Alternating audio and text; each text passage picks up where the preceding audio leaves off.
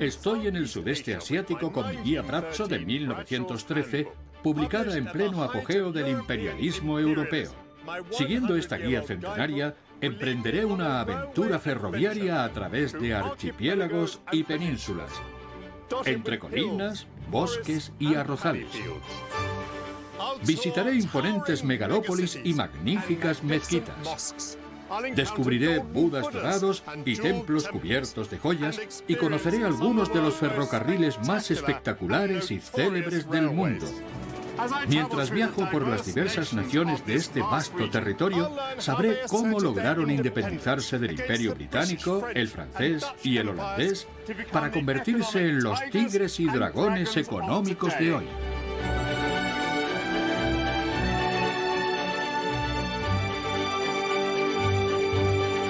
Grandes viajes ferroviarios por Asia. Singapur. Este viaje de cerca de 4.000 kilómetros empezó en Hong Kong y he recorrido 6 países del sudeste asiático hasta llegar a Singapur.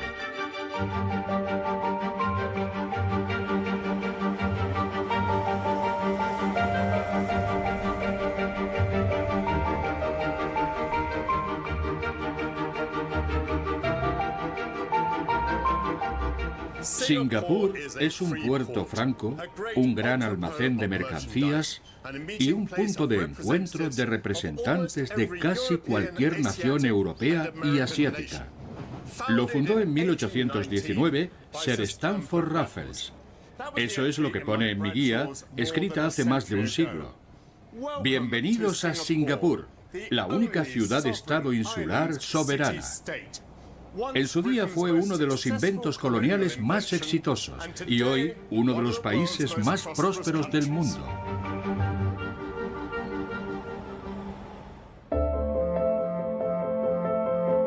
Partiré del Distrito Financiero Central y de allí me dirigiré a Tuas, en la costa occidental.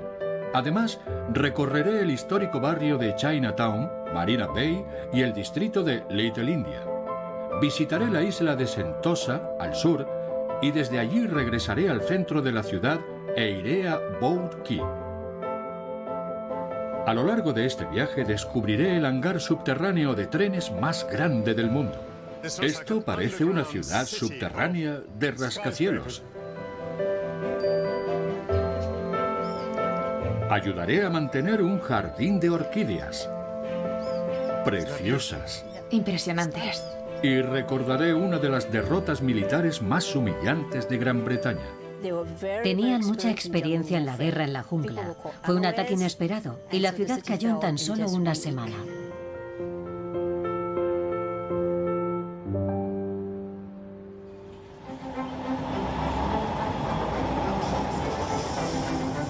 Esta nación diminuta e independiente, situada en el extremo sur de la península malaya, esconde una sorprendente historia de superación. En tan solo 200 años ha pasado de ser un pantano en medio de la jungla a convertirse en un centro financiero y comercial a gran escala.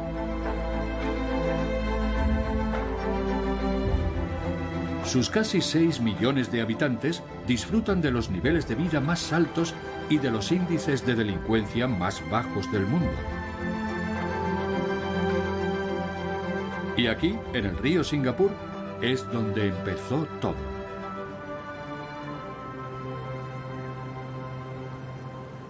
Dice mi guía, Singapur se levanta en ambas márgenes de un riachuelo salado que desemboca en el mar en el lado occidental de una gran bahía. Los barcos más pequeños pueden navegar por él y las embarcaciones permanecen en los muelles a casi 2,5 kilómetros de la ciudad. Parece que eso llamó la atención de quien escribió la guía Brazzo. Pero hoy es normal ver 1000 barcos juntos en Singapur. Cada 2 o 3 minutos entra o sale uno. Por no mencionar todo esto.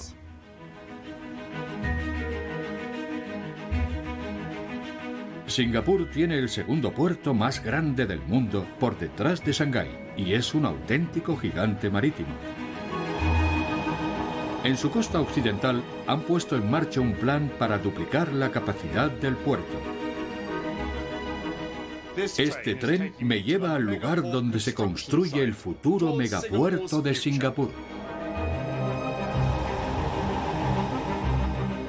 El nuevo puerto se está construyendo en Tuas, en una superficie de casi 13 kilómetros cuadrados ganados al mar, una práctica muy común en Singapur desde la época de Raffles. Será el puerto automatizado de contenedores más grande del mundo, y Tam Wai Dua, director de ingeniería, me lo va a mostrar. Señor Tam, esto es de una escala asombrosa. En todo este terreno, antes estaba el mar, ¿no es cierto? Sí. Estamos haciendo 4 plataformas para construir el nuevo puerto. Esta es la segunda. ¿Todo esto es una? Una de las 4 plataformas. Increíble. Y el dique está un poco más allá, ¿no es así? Sí, pero ese dique se levantó hace tiempo en la orilla. ¿Y cómo es el dique? Es un pozo de cimentación de hormigón de unos 28 metros de alto. Equivale a un edificio de 10 plantas y pesa unas 15.000 toneladas. Entonces, habrá un pozo al lado de otro para formar el dique, ¿no? Así es. ¿Y más o menos cuántas embarcaciones podrán atracar aquí? Cuando finalicen las obras, quizá haya espacio para 66 embarcaderos, y en cada uno cabrán los buques portacontenedores más grandes del mundo. Asombroso. Pero, ¿qué necesidad hay de hacer esto? El objetivo es aumentar la productividad y la eficacia, optimizar el espacio y convertir a Singapur en un puerto de referencia mundial. Este es el proyecto portuario más importante del mundo, y la primera fase estará operativa en los próximos meses. Voy a subir a lo alto de uno de estos gigantescos cubos de 28 metros que conformarán los diques para comprobar cómo avanzan las obras.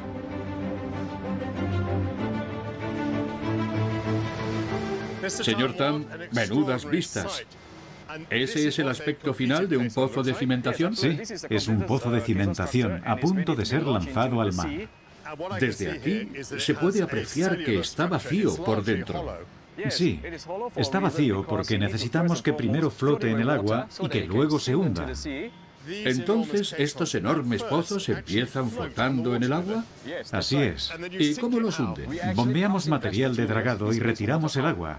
Así baja hasta el fondo marino. Se espera que estas instalaciones sustituyan a 4 puertos de contenedores y estén operativas en 2040. ¿Y qué harán con las actuales? Se concentrarán las operaciones portuarias en un solo emplazamiento. Todo esto forma parte de un plan para liberar una superficie que se destinará a un nuevo distrito. Creo que este es un buen mirador para observar el futuro de Singapur. Gracias.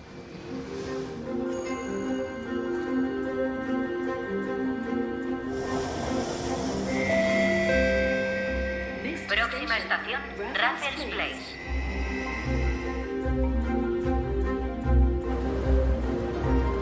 El origen de esta nación se debe a la visión de un hombre. He venido al punto de partida en el distrito financiero para que John Miksic, profesor de estudios asiáticos, me hable de Stanford Raffles. ¿Qué hizo Stanford Raffles en 1819? Stanford llegó en enero de aquel año.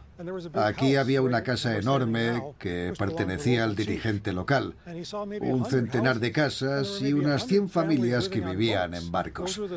Eran grupos nómadas y más adelante río arriba vio a 20 o 30 chinos. ¿Solicitó permiso para urbanizar Singapur? Primero se lo pidió al dirigente local y firmaron un acuerdo muy rápido. Luego envió un mensajero solicitando permiso al sultán para construir aquí. Fue paso a paso. Sir Thomas Stanford Raffles se unió a la Compañía Británica de las Indias Orientales a los 14 años. Durante su estancia en Penang, estudió la cultura de Malasia y llegó a convertirse en gobernador de Java.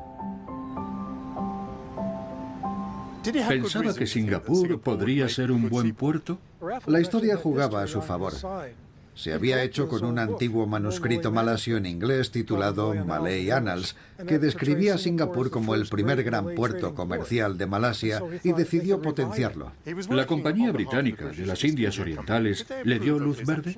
Desconfiaban bastante de Raffles porque le gustaba hacer cosas por su cuenta y luego pedir permiso. Le respetaban, pero les preocupaba los gastos que esto pudiera ocasionar. En cuanto se construyó el puerto, llegó el trabajo. Fue inmediato. Lo que principalmente seducía a la gente era la ausencia de impuestos. Eso atrajo a miles de personas. ¿Cómo se le ocurrió crear una zona franca? Porque esa fue la clave de su éxito. La idea fue suya. En Java había hablado con algunos malasios sobre los holandeses y una de sus principales quejas era que tenían que pagar muchos impuestos. Raffles, muy avispado, se dio cuenta de que si los eliminaba, el comercio aumentaría notablemente. Raffles no llegó a ser testigo del florecimiento de este puerto. Murió a causa de un tumor cerebral en 1826, un día antes de cumplir 45 años. Fue una figura polémica. Lo acusaron de corrupción en Java, pero también fue un botánico brillante y un gran experto en estudios orientales. Dígame, ¿cómo definiría a un hombre tan extraordinario? Era muy pintoresco. A su lado todos parecían burócratas rancios. Tenía ideas comerciales adelantadas a su tiempo. Y le interesaba la cultura local, algo insólito entonces.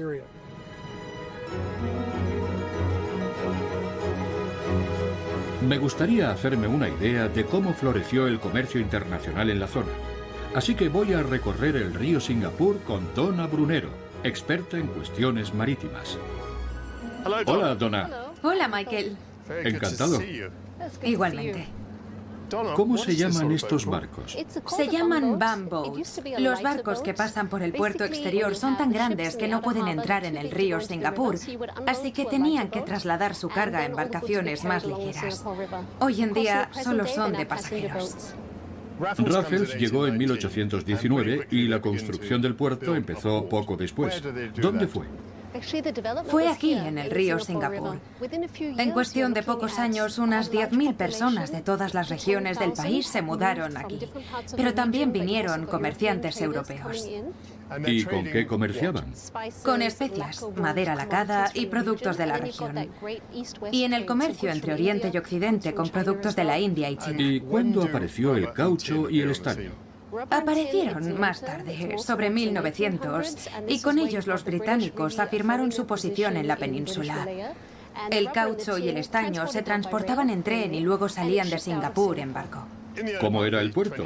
¿Qué aspecto tenía a principios del siglo XX? Los comerciantes se quejaban porque decían que el río estaba muy congestionado. Así que hicieron un estudio que concluyó en 3 días y constataron que entraban y salían del río 6.000 barcos. Lo llamaban la Liverpool de Oriente. Mi guía menciona que estaban construyendo un nuevo puerto a la salida del río y que había embarcaderos para los navíos. ¿A qué año se refiere? Eso fue a finales de 1800. Entonces se empezó a hablar de que era necesario un nuevo puerto, porque en el río, o mejor dicho, en el muelle antiguo, no cabían veleros ni barcos de vapor de gran tamaño. Así que se decidió construir un muelle nuevo, conocido como Keppel. Me sorprende que aquí, en el distrito financiero, haya una primera línea de casas preciosas. ¿Qué historia esconden y cómo han sobrevivido? En realidad son las antiguas tiendas o almacenes. Sobre el año 1980 el río Singapur estaba muy contaminado y se llevó a cabo una gran operación de limpieza. Eso incluía restaurar los edificios y convertir el río Singapur en un destino turístico.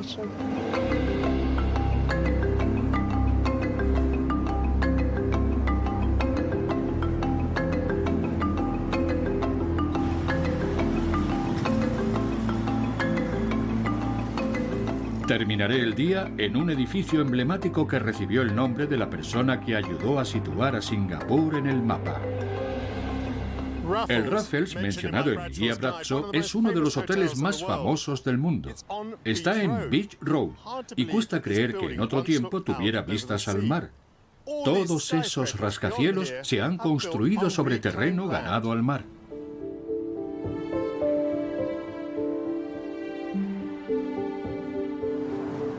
Bienvenido al Raffles. Gracias, es un placer estar aquí. Gracias. El hotel, que hoy es un monumento nacional, abrió sus puertas en 1887 y se convirtió en un ejemplo del lujo colonial. Aquí se han alojado estrellas de cine, presidentes y miembros de la realeza. Además, es donde se inventó el famoso cóctel nacional. Hola. Hola, bienvenido al Lombard. Adivine qué voy a pedir. Un Singapur Slim. Un Singapur Slim. ¿Cuánto lleva sirviéndolo? Lo empezó a servir en 1915 Nyan Tong Bun, el barman local. ¿A qué se debe su popularidad? ¿Por qué gusta tanto? Gusta tanto porque esta bebida representa a Singapur y a su pasado, y porque encaja con la historia de Raffles. Se trata de una mezcla exótica de ginebra, extractos amargos y licores que se combinaba con zumo de frutas y granadina, lo que le daba un aspecto claramente femenino. Tome.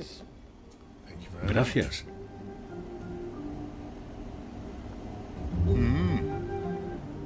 En una época en la que beber en público no era algo muy femenino, este cóctel permitía a las mujeres disfrutar de una bebida de aspecto inocente que en realidad era bastante fuerte. Por aquí han pasado grandes amantes de los bares como Ernest Hemingway, Joseph Conrad, Somerset Maugham, Noel Coward, Charlie Chaplin. Grandes figuras, pero ninguna comparable con el hombre que da nombre a este hotel, Stamford Raffles.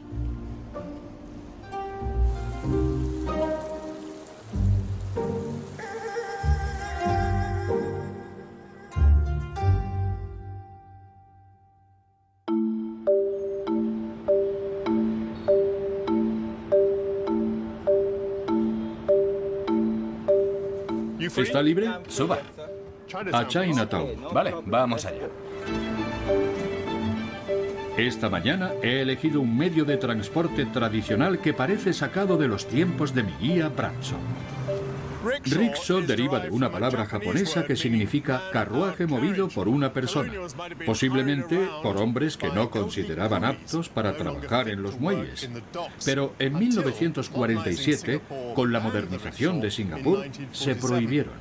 Los turistas pueden hacerse una idea de cómo eran viajando en un trishaw como este. Voy a Chinatown y ahí los chinos suponen las 3/4 partes de la población.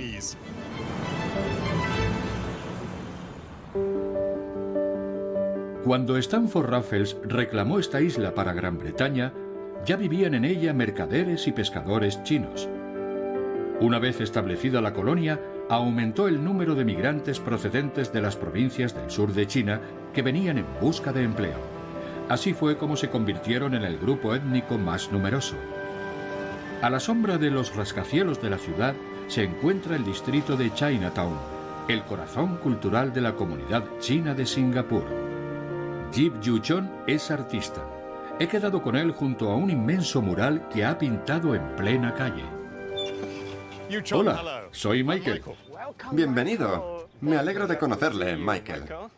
Una obra de arte maravillosa. Gracias. Hábleme de este muro. Es la pared trasera del templo Tian Hock Ken, en la calle Amoy, que es una de las más antiguas de Singapur. ¿Qué historia cuenta su mural? Cuento la historia de los Hock Ken, uno de los grupos que vinieron desde China en el siglo XIX. Viajaron 2 semanas por mar y llegaron a Singapur. Fue una travesía complicada. ¿Y qué vemos aquí? Aquí vemos cuando se asentaron, lo mal que lo pasaron y los trabajos forzados que se vieron obligados a hacer. Ellos construyeron el primer hospital y el sistema de abastecimiento de agua. Este fue nuestro pasado en el barrio de los chinos en Singapur. ¿Se les asignó este barrio? Sí, siguieron las indicaciones del gobierno colonial británico. Y aquí vemos una etapa más moderna. Sí, he pintado muchos bumboats, que ahora ya han desaparecido, y también he incluido los edificios más modernos. ¿Cuándo pintó este mural? En 2017. Tardé 10 semanas porque lo compaginaba con mi trabajo de contable. ¿No era artista profesional? No, pero ahora sí. ¿Qué acogida tuvo? ¿Cómo reaccionó la gente? Gustó mucho. De hecho, mucha gente ni siquiera se había dado cuenta de que el templo se había construido enfrente de la playa. Y todos esos edificios que están delante del templo se levantan en terreno ganado al mar. El gobierno colonial cedió el terreno para que tuviéramos una gran superficie para el comercio. Y aunque han pasado unos años desde que lo pintó, nadie lo ha tocado. ¿No ha sufrido actos vandálicos? Esto es Singapur. Yip Yu-chon vivió en un barrio cantonés en el corazón de Chinatown hasta su adolescencia. ¿Y cómo fue su infancia en Chinatown? Tengo muy buenos recuerdos. Mi familia vivía en la calle de los Muertos, en Sago Lane. Allí había funerarias y fabricantes de ataúdes. ¿Cuáles son los pilares de su cultura? ¿La comida, la música, el baile? Mi familia veía mucha ópera en cantonés. Cuando era pequeño, recorrí Chinatown con mi tía para escuchar óperas cantonesas que se representaban en algunas casas. Fantástico. ¿Qué pasó con su casa? Mi casa la derribaron. De hecho, han demolido toda la calle. Muchas de aquellas casas siguen en pie, pero ahora la mayoría son negocios. ¿Y qué ha sido de la gente que tuvo que abandonar estas casas? A nosotros nos dieron un piso de protección social en un edificio como ese. ¿Les costó acostumbrarse a vivir en un rascacielos cuando antes estaban a pie de calle? No, en absoluto. Estábamos encantados. Ahora tenemos una vista panorámica de todo Singapur. Las viejas casas estaban muy deterioradas por dentro. Había ratas y humedades, así que vivir ahí supuso una alegría, sobre todo para mi madre. Yu-chon me ha invitado a la casa de su madre en el piso 25. Hoy, 4 de cada 5 habitantes de Singapur viven en rascacielos como este. Es la solución que ha encontrado el gobierno a los problemas de espacio y al continuo aumento de la población. Mire qué panorámica. Antes veíamos el mar, pero ahora lo tapan todas esas torres de edificios. Lo que sí ven es Chinatown, ¿no? Sí, sí. Hola. Hola, ¿qué tal? Os presento a Michael. Hola, soy Michael. Esta es mi tía, mi hijo, mi madre. Hola. Es un placer y un honor estar aquí. Han sido muy amables al invitarme. Gracias. Probaré uno de estos langostinos. ¡Qué pinta! Gracias. Muy rico. Nuestra familia se reúne 2 veces. Una por el Año Nuevo Chino y ahora en la fiesta de mediados de otoño. Por eso hay farolillos. Sí, ya veo. ¿Y ha heredado su talento artístico de su madre o de su padre? De mi padre. ¿De su padre? Hábleme de él. Sí, mi padre utilizaba tizas para dibujar en las calles. ¿En serio? La gente se arremolinaba a su alrededor para ver sus dibujos. ¿Era artista profesional? Era montador y trabajaba en los astilleros. ¿Y su madre? Era costurera.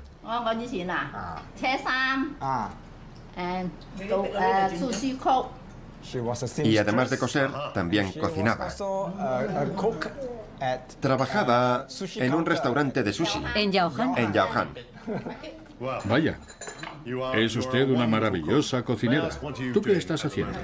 Pues estoy en segundo de carrera. ¿Y qué estudias? Periodismo y comunicación. Genial. Por favor, digan a su madre que ha sido un honor conocerla y sentarme a su mesa rodeado de una familia tan maravillosa. Muchas gracias. De nada. Bienvenido. Gracias a usted.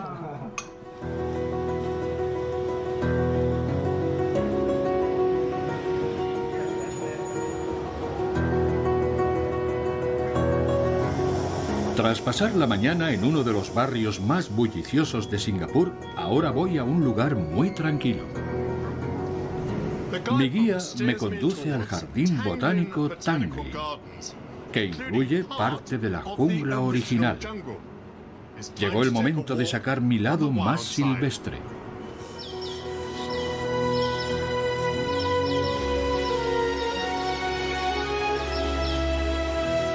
El Jardín Botánico de Singapur, como se conoce hoy en día, es un hermoso espacio de casi 30 hectáreas de árboles y plantas tropicales.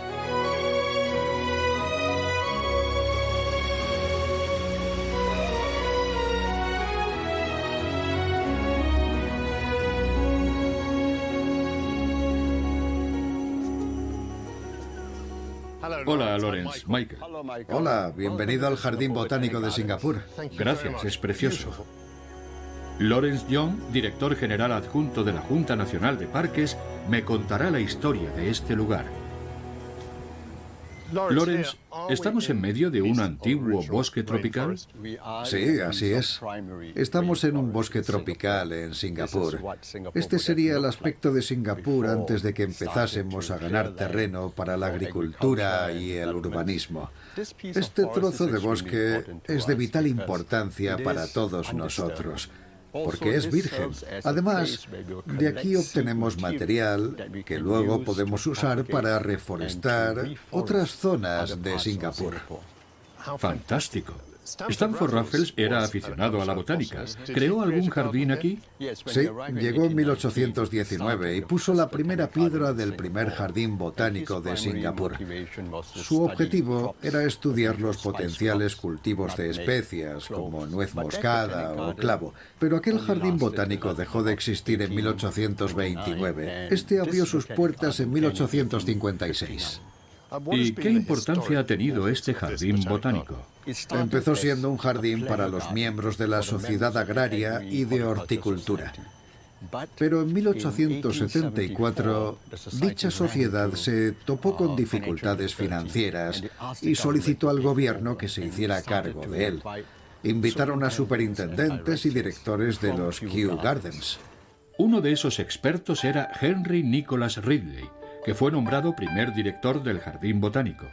Durante su mandato, este lugar empezó a desempeñar un papel importante en el desarrollo de Singapur. En 1877, los Kew Gardens nos regalaron 22 semilleros de caucho. Cuando crecieron, Henry Ridley los estudió y perfeccionó la técnica de sangrado del caucho sin necesidad de destruir el árbol, y eso dio pie a la industria del caucho. En la década de los años 20, otra importante contribución de este jardín a la economía de la región fue aprender a germinar semillas de orquídeas en grandes cantidades, lo que permitió hibridar estas plantas y poner en marcha el mercado de la orquídea. Una historia maravillosa, increíble. Aquí, el cultivo de estas plantas es muy importante. Y en este jardín hay 1000 especies diferentes y 2000 variedades híbridas. Singapur se ha convertido en uno de los grandes exportadores de orquídeas. Wan Lei Ken es subdirectora del Jardín de Orquídeas. Lei Ken, Hola, Michael. perdón por la interrupción. Yo nunca había visto tantas orquídeas juntas. Este es uno de los jardines de orquídeas más grandes de la región y uno de los mejores del mundo por la variedad de especies y plantas que se conservan aquí. ¿En qué consiste su trabajo? Por ejemplo, cuando las flores empiezan a marchitarse, hay que ir quitándolas y sustituyéndolas por otras nuevas, para que quienes visitan el jardín siempre vean flores frescas y que estén en buen estado. ¿Y las renueva continuamente Sí. por los visitantes? ¿Sí? Fantástico. ¿Le puedo ayudar? Sí, claro. Mire, fíjese en estas. Estas flores ya se han marchitado, así que hay que retirarlas. Y hay que cortarlas desde la base. Es un trabajo casi interminable porque hay muchos arcos por todo el jardín, uno detrás de otro. Sí, Voy a buscar la base. sí, a veces no es fácil. Más de una vez se ha marchitado toda la planta y entonces hay que retirar la planta entera y poner una nueva.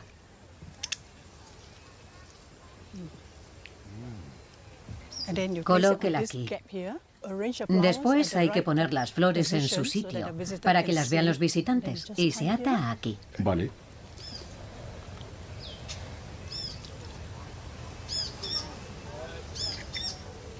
Así. Preciosas. Impresionantes.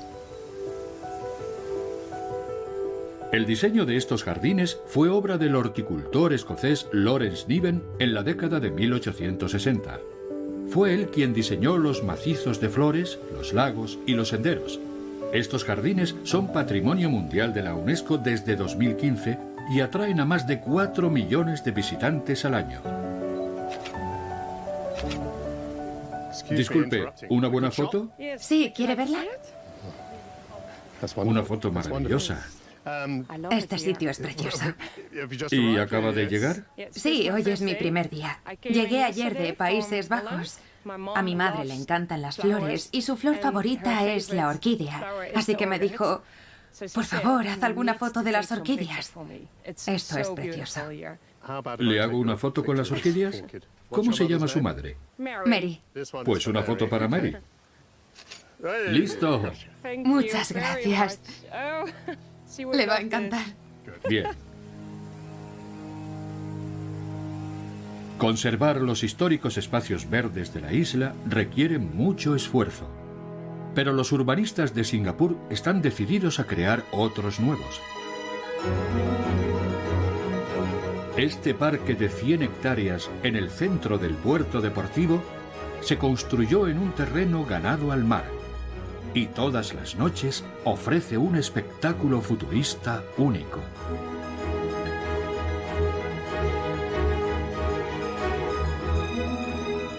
Estos jardines que se encuentran al lado del puerto contienen 250.000 plantas.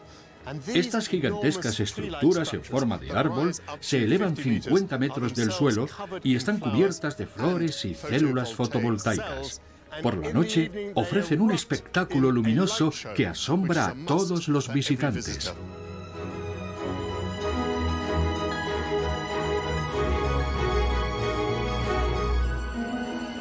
¡Qué derroche de imaginación! ¡Qué gran inversión! Y menudo logro técnico. Una combinación única de naturaleza y entretenimiento para situar a Singapur en la vanguardia.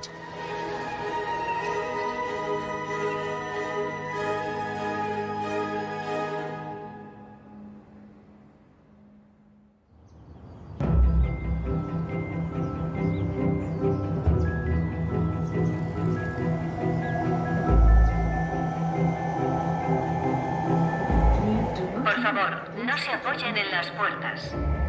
Voy al distrito de Tai Seng, a unos 9 kilómetros al noreste del centro. Quiero echar un vistazo a la red de ferrocarriles que me ha permitido viajar por toda la isla.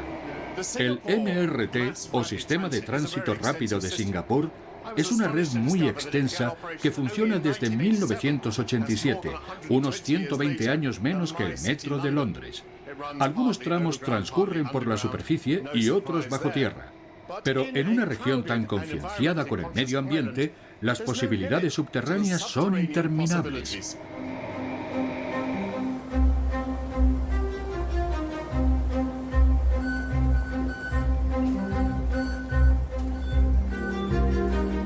He quedado en este inmenso centro neurálgico con Ji Bung Chao, director del grupo. Buenos días. Buenos días, encantado. Bienvenido a nuestro hangar subterráneo. Gracias. Por aquí. Gracias. Estas inmensas instalaciones se encuentran a 22 metros bajo tierra. ¿Por qué decidieron construir el hangar subterráneo más grande del mundo? Somos un país pequeño y aquí la tierra escasea. Así que decidimos construir infraestructuras bajo tierra porque eso nos permite dejar espacio para futuros proyectos. ¿Y qué hacen aquí con los trenes? El hangar tiene el tamaño de 17 campos de fútbol y hay 10 vías de mantenimiento. Hacemos comprobaciones diarias antes de que se pongan en marcha. ¿Son autónomos o necesitan conductor? Son trenes automatizados. Basta con que enviemos una orden desde el centro de control y el tren se conectará, hará un chequeo y se pondrá en marcha. ¿Y por qué han pasado a los trenes automatizados? En 2003 empezamos a hacer la transición a líneas totalmente automatizadas. Prevemos que disminuya la mano de obra en Singapur y también sabemos que muchos de los accidentes que ocurren en el metro se deben a errores humanos. Así que contar con líneas automatizadas aumenta la seguridad. Claro, nosotros tenemos días buenos y malos, pero no es el caso de los ordenadores. ¿El objetivo es que todos los trenes sean automatizados? ¿Algún día? Desde 2003, todas nuestras líneas están automatizadas excepto dos, que siguen con conductores, las líneas de norte a sur y de este a oeste. Pero su función es vigilar el tren por si hay algún problema. Ya no se dedican a conducir los trenes como antes. La red ya es muy extensa y recorre 228 kilómetros con parada en 139 estaciones. Antes del año 2030 contará con 128 kilómetros más de vías. La idea es que se use más el tren en vez del coche. Sí, porque las carreteras de Singapur están cada vez más congestionadas y aumentar los kilómetros de vía animará a la gente a viajar más en tren y menos en coche. Estos trenes sin conductor se revisan en un enorme almacén informatizado. Estas torres de más de 22 metros esconden 22.000 cajas de piezas y repuestos. Bunchao, esto parece una ciudad subterránea de rascacielos. ¿Qué es? Es el sistema automático de almacenamiento y recuperación, el más grande de Singapur. No tengo palabras. Hola, soy Michael. Sayid. Encantado. Aprieta un par de botones y le trae la pieza que quiere. Sí. Ahora va a buscarla. La cesta sube hasta allí arriba y vuelve por un monorraíl. Muy rápido, ¿no? Sí.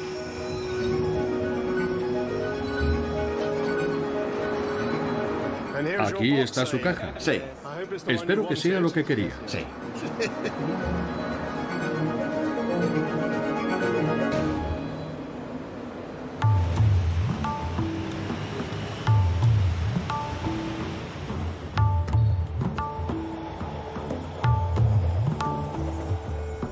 Vuelvo al centro de la ciudad y mi siguiente parada será el barrio conocido como Little India, la pequeña India. Veamos qué dice mi guía. En 1911 la población de Singapur incluía a 220.000 chinos, 40.000 malayos y sorprendentemente a 27.500 indios. El monarca británico Jorge V se había erigido en emperador de la India. Y lo cierto es que muchos de sus habitantes habían terminado aquí por una u otra razón.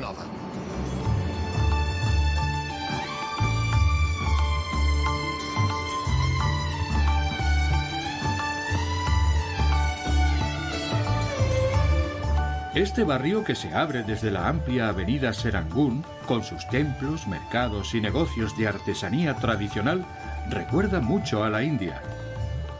¡Qué colorido! El señor Jayaselvan lleva más de 30 años haciendo guirnaldas de flores. Hola, soy Michael. ¿Le importa si me siento aquí? Adelante. Un trabajo maravilloso. ¿Para qué se emplean esas guirnaldas? Por ejemplo, para honrar a invitados especiales y darles la bienvenida. También en bodas o en los templos. Las flores están bien siempre. Ahora está usando orquídeas. Sí, es nuestra flor nacional. A ver cómo hace los nudos. Empiezo por abajo, hago un lazo, tiro y ya está hecho el nudo. Una vez aprendes, es facilísimo.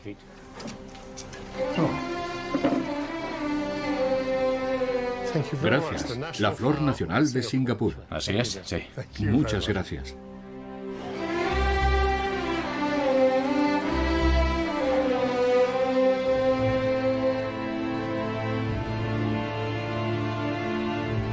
Voy a conocer más a fondo la historia de esta comunidad conversando con el profesor Brian Farrell.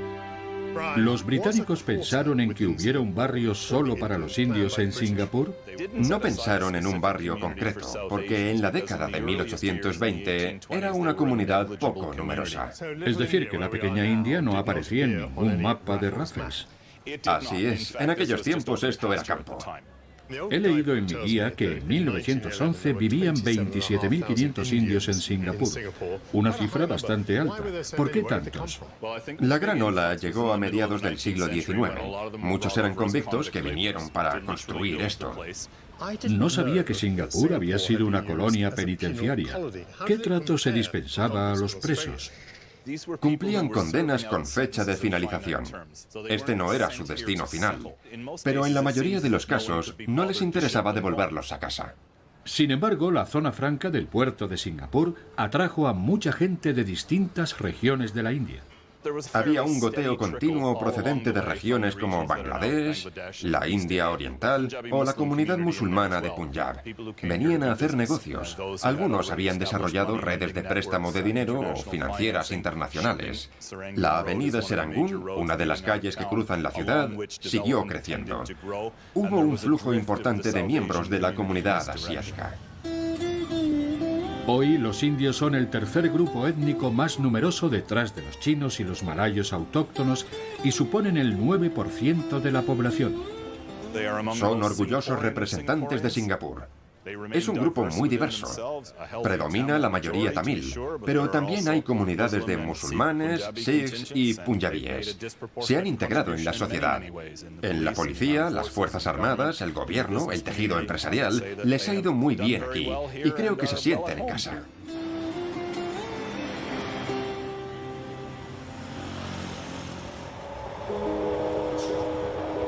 A continuación me dirijo al sur de Singapur para rozar el cielo.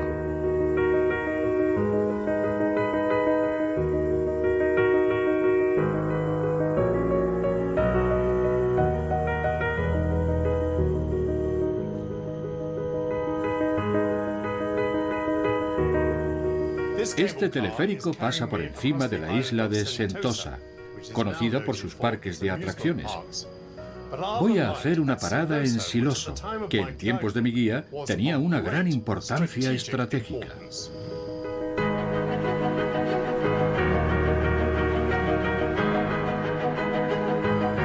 El fuerte Siloso se construyó en 1880. Se encuentra en el extremo noroccidental de Sentosa, frente al estrecho de Singapur.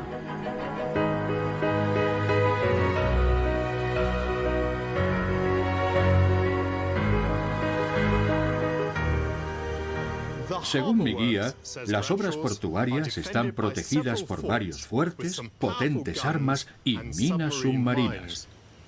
Aunque Japón fue aliado de Gran Bretaña en la Primera Guerra Mundial y ayudó a defender el Océano Índico y el Pacífico contra Alemania, cuando invadió Manchuria en 1931, Singapur se temió lo peor y decidió contar con un gran arsenal, pero lo hizo apuntando al mar.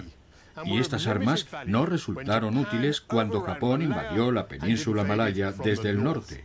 Singapur cayó en febrero de 1942, uno de los más clamorosos desastres militares británicos.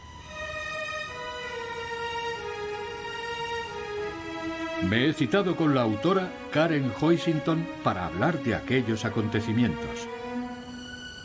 Karen, ¿cómo lograron los japoneses llegar a Singapur? Su estrategia solo se puede definir con la palabra sorpresa.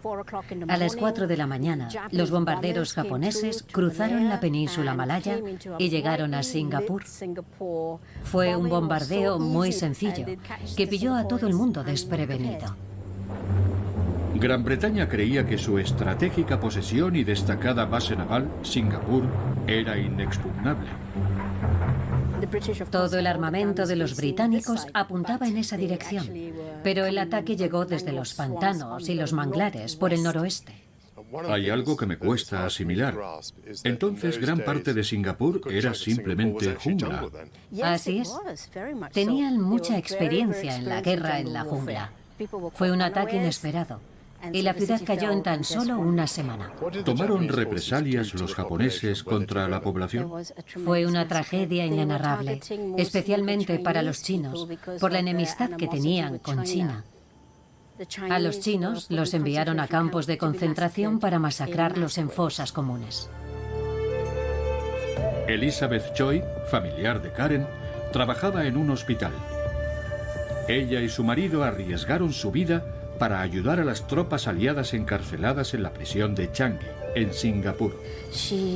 Ayudó a esos prisioneros de guerra de Changi, dándoles medicinas. Se morían de hambre y sufrían enfermedades tropicales. Cada vez que llegaba una ambulancia con un prisionero de guerra enfermo, ella escondía un paquete con medicinas en la ambulancia para cuando se marchara. Más adelante, se les podía mandar dinero y cartas o llevar paquetes de sus seres queridos o de gente que quería ayudarles. Pero en 1943, la policía militar japonesa detuvo a Elizabeth.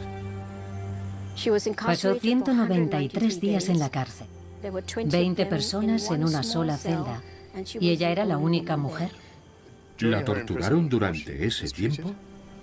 La electrocutaron varias veces, casi la ahogan, le pegaron, le dieron palizas, pero cada vez que volvía a la celda, lo hacía con la cabeza bien alta, sin perder la dignidad. Más de 50.000 singapurenses perdieron la vida durante la ocupación. Tras la rendición de Japón en 1945, Elizabeth recibió la Orden del Imperio Británico por su valentía. Cuando Singapur volvió a manos británicas, Lady Mountbatten invitó a Elizabeth a presenciar la rendición y a recuperarse en Londres, y asistió a la coronación de la reina Isabel II en 1953. Sin duda, los británicos le mostraron una inmensa gratitud. Una historia maravillosa. Gracias. Era una mujer maravillosa.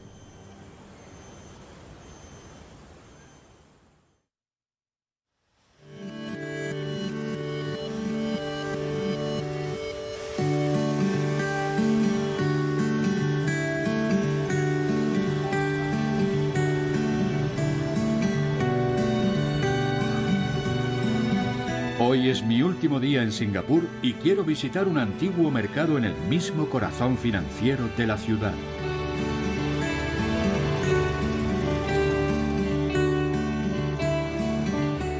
Mi guía Bradso menciona restaurantes ambulantes y un mercado diario excelente, con frutas tropicales, pescados poco comunes y tortugas verdes. Y en este lugar, con un amplio muestrario de la gastronomía local, se combinan ambos conceptos. Este patio data del siglo XIX. En Singapur hay muchos así. En el centro hay mesas comunes y alrededor un montón de puestos con comida de todo tipo. Comer los platos típicos de Singapur a buen precio le gusta a todo el mundo, incluso a los grandes jefes. Voy a conocer a Tan Boon Jin, director ejecutivo de la entidad reguladora de la Bolsa de Singapur. Boon Jin, la verdad es que me parece increíble que este mercado victoriano haya sobrevivido entre tantos rascacielos. Sí, este lugar se llama Lau Pa Sat, que significa mercado viejo. Es único porque está el mercado antiguo y justo al lado, donde yo trabajo, la Bolsa de Singapur, que es el centro financiero. Hábleme de la Bolsa de Singapur.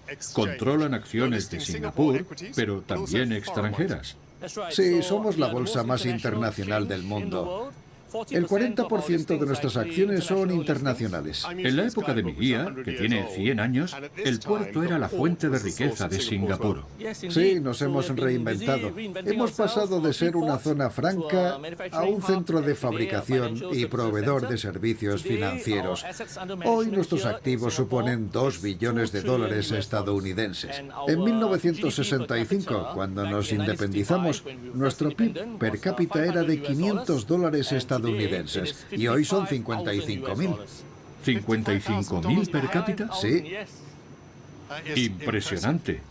Y aunque sé que ha llegado a lo más alto, aún veo que sigue viniendo a este mercado. Me gusta este café. Salud.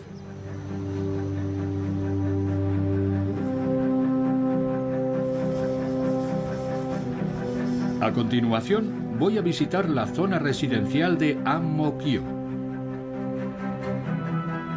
En este país, que es menos de la mitad que todo Londres, el espacio es un bien codiciado.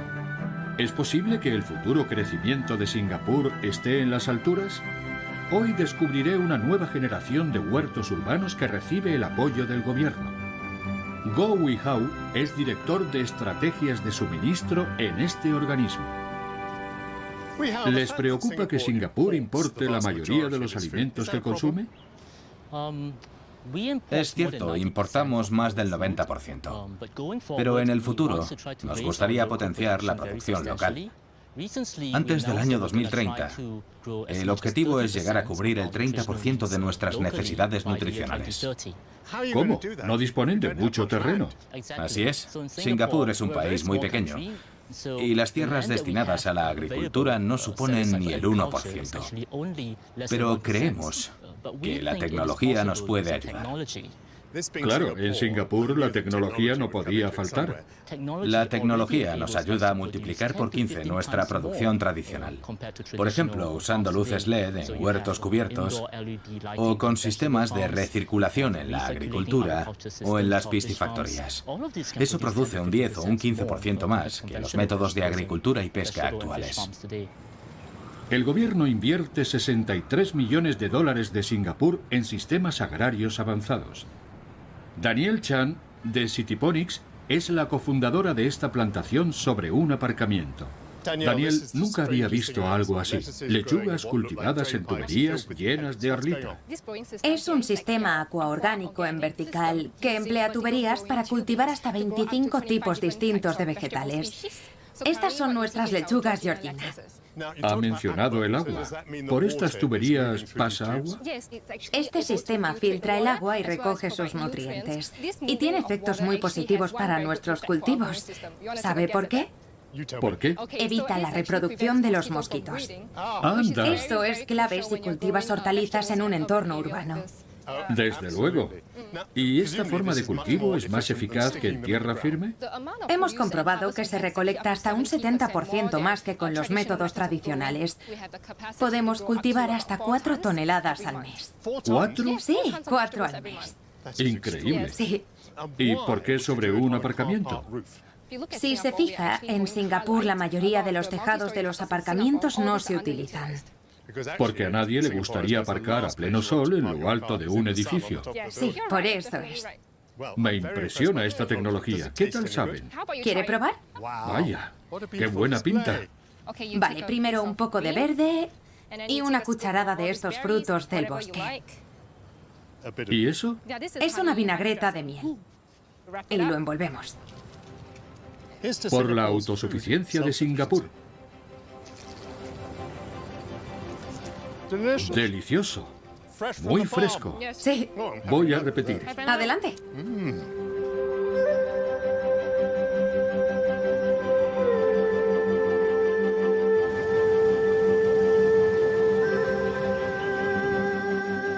En los tiempos de mi guía, hace más de un siglo, Singapur seguía siendo una colonia de la que se beneficiaba Gran Bretaña. Su transición a la independencia fue rápida y extraordinaria.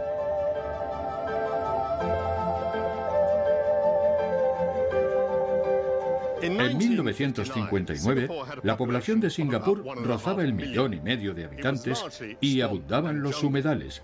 Había pobreza, desempleo, chabolas, bandas callejeras, opio y tensiones raciales. Pero aquel año, un singapurense que se había licenciado brillantemente en Derecho en Cambridge llegó a primer ministro. Se llamaba Lee Kuan Yew. Hoy, Singapur es uno de los países más ricos y prósperos. El profesor Alan Chon me va a ayudar a entender cómo este hombre, a quien se conoce como el fundador del Singapur moderno, conformó esta nación. Alan, un placer. Gracias. Lee Kuan Yew debió de vivir la ocupación japonesa de Singapur. ¿Cómo le afectó aquello? Por sus memorias, se entiende que fue un punto de inflexión en su vida. Digamos que aquello le hizo pasar a la edad adulta. Lee Kuan Yew era uno de los pocos privilegiados de familia adinerada que pudo viajar al Reino Unido, a Cambridge. Y fue allí donde, poco a poco, fue perfilando su sensibilidad política, contactó con futuros líderes nacionalistas y donde empezó a desarrollar ideas sobre la necesidad de acabar con el colonialismo. Y cuando Singapur, como toda la península, avanza hacia la independencia, ¿qué papel tuvo? Lee Kuan Yew fue un gran agitador, un propagandista de primer nivel que sabía cómo hablar para atraer la atención de la gente. En 1954, Lee fundó el Partido de Acción Popular y 5 años más tarde, cuando los británicos otorgaron a Singapur una notable autonomía, fue elegido primer ministro. ¿Qué ideas tenía cuando se convirtió en primer ministro?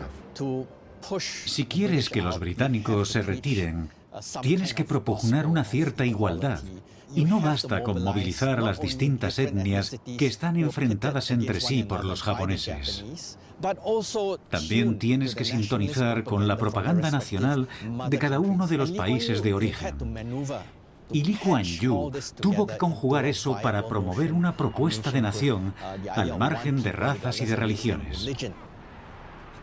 ¿Cuándo desarrolló las políticas que sustentan Singapur, este paraíso capitalista? Lo primero fue conseguir que la gente siguiera a su partido. Tenía que trabajar con lo que habían dejado los británicos, con sus almacenes, sus importaciones y exportaciones y el puerto. Singapur se convirtió en un estado soberano independiente en 1965. Lee inició un ambicioso programa de industrialización ofreciendo incentivos a empresas extranjeras, viviendas de protección oficial, educación y cuidados sanitarios. Hablé con él en una ocasión y se reía al recordar su estancia en Gran Bretaña en los 50. Dijo, vi que teníais un sistema nacional de salud gratuito y un estado de bienestar gratuito. Me pareció fantástico, pero en Singapur quise ir un paso más allá y se me ocurrió que todo el mundo pagase un mínimo. Parecía una broma, pero es cierto, ¿no? Sí. Aquí todo el mundo contribuye con el Fondo Central de Previsión. Y hay condiciones muy estrictas para retirar esos ahorros. Solo puedes hacerlo para pagar la educación de tus hijos, para una compra inmobiliaria, para fondos fiduciarios aprobados por el gobierno y por cuestiones de salud. Ha tocado un tema muy interesante. El éxito de Singapur, en parte, se debe a esa actitud paternalista, autoritaria hacia sus ciudadanos. ¿Usted qué opina? Sí, eso es cierto. Yo creo que Lee Kuan Yew fue una figura que, a pesar de su carácter autoritario, devolvió la ilusión a mucha gente y nos legó un paternalismo eficaz. Lee fue primer ministro durante 31 años. Cuando murió, en 2015, a los 91 años, se declaró una semana de luto nacional.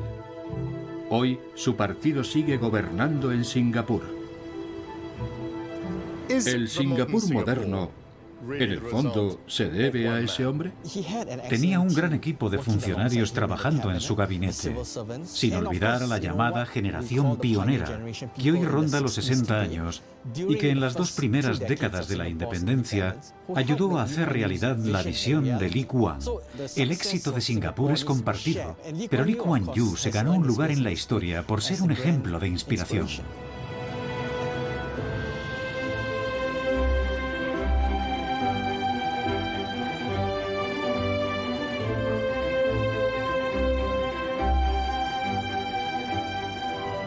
A menudo la historia se ve impulsada por movimientos que escapan al control de cualquier persona, como la industrialización, las migraciones, incluso el comunismo, el fascismo o la democracia.